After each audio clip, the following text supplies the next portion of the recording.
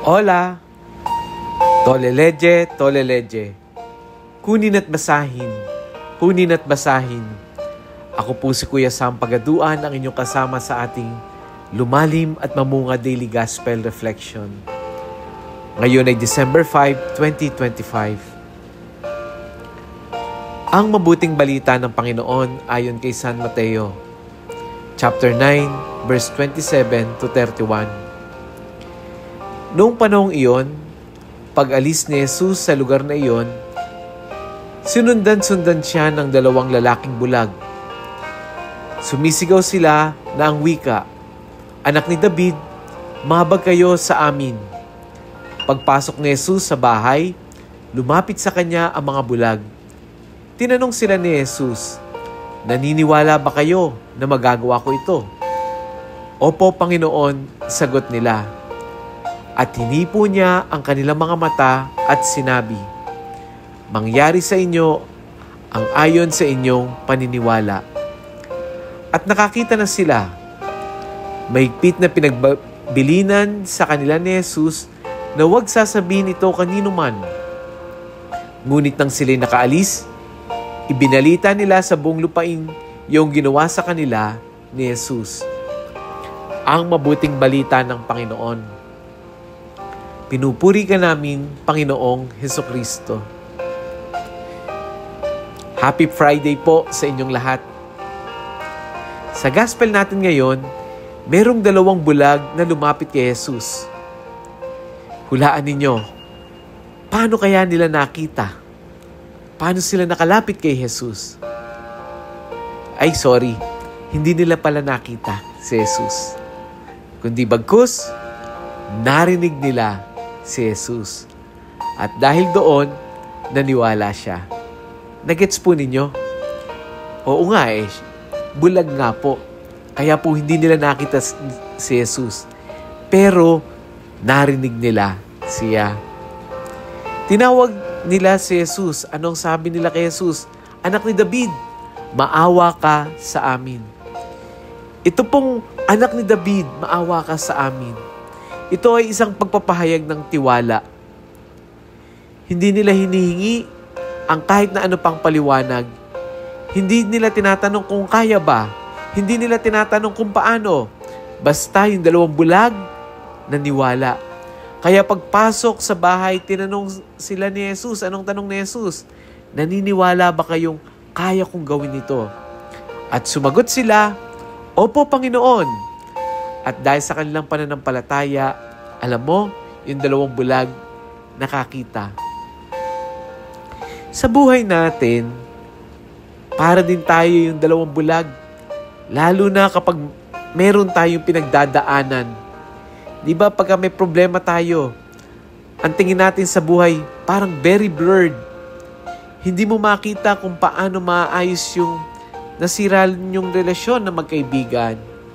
Hindi mo makita kung paano babangon sa utang, paano tayo makakabayad, lunod na tayo. Hindi mo makita kung paano magiging maayos ang pamilya, yung career, yung iyong kalusugan, yung future mo. Hindi mo alam kung paano ba ang mangyayari sa iyo. At ang masakit pa, minsan kahit anong pilit mong makita, wala talaga. Pero gaya ng 2 bulag sa gospel, hindi kailangan maging malinaw ang paningin para maging malinaw ang pananampalataya. Baka kasi hindi mo nakikita ang sagot, pero ang tanong, kaya mo pa bang kumapit? Hindi mo nakikita ang solusyon, pero kaya mo pa bang maniwala? Baka nga hindi mo pa nakikita ang direksyon, pero kaya mo pa bang sumunod sa kalooban ng Diyos? Ang Diyos ay hindi humahanap ng taong kayang makakita. Pinapaalala sa atin ng gospel ngayon na ang hinahanap niya ay taong may lakas ng loob na magtiwala kahit hindi nila nakikita ang dulo, kahit hindi nila nakikita ang ending, kahit hindi nila alam ang mangyayari. Pero isa lang ang alam nila, kayang gawin ito ni Jesus. At minsan, parang kagaya ng 2 bulag, kailangan din nating pumasok sa bahay.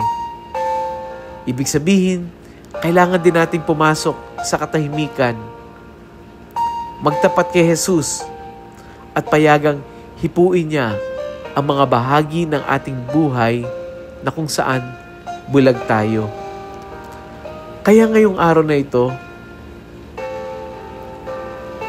with faith and conviction, kaya mo bang sabihin kay Jesus, Opo Lord, naniniwala ako. Kaya ba nating itong sabihin kahit hindi mo nakikita yung solusyon? Dahil kung kaya mo to at buong-buo ang iyong paniniwala, maghanda ka. Dahil ang himala ay hindi nagsisimula sa nakikita mo. Nagsisimula ito sa paniniwala mo. Let us pray. Panginoong Jesus, sa mga bahagi ng buhay kong hindi ko makita yung direksyon, hipuin mo ko tulad ng paghipo mo sa dalawang bulag. Palitan mo yung takot ko ng pagtitiwala, yung pagkalito ko ng kapanatagan ng loob, at ang kawalan ng pag-asa ng liwanag ng iyong presensya.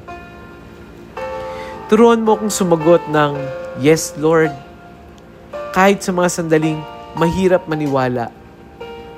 Bigyan mo po ako ng bukas na mata ng pananampalataya upang makita kita kahit walang malinaw na solusyon. Amen. Naging blessing po ba sa inyo yung audio gospel natin ngayon? Nako, wag mo pong salarinin.